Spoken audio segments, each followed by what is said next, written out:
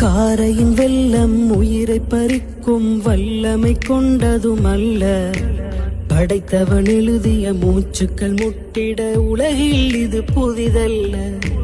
விழிகளில் காணா உள்ளத்தில் தோன்றா சுந்தர சுவனமும் உமக்காய் காத்திடும் அன்பரை மன்னனின் மாண்பினை மறுமையினும் உயர்வுக்காய்.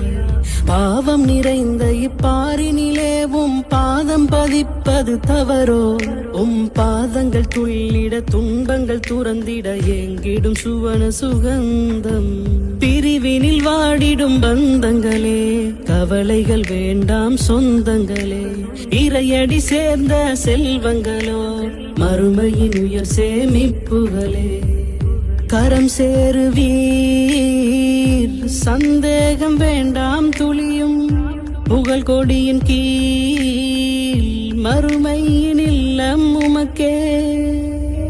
புன்னகை பூத்த பொன்மலராய் புகழ்ந்திடும் அல்லாஹ் ஒருவனையே. தொலைந்திடும் நொடியினில் கவலைகளும் மறுமையின் கொடைகளை நினைக்கையிலே.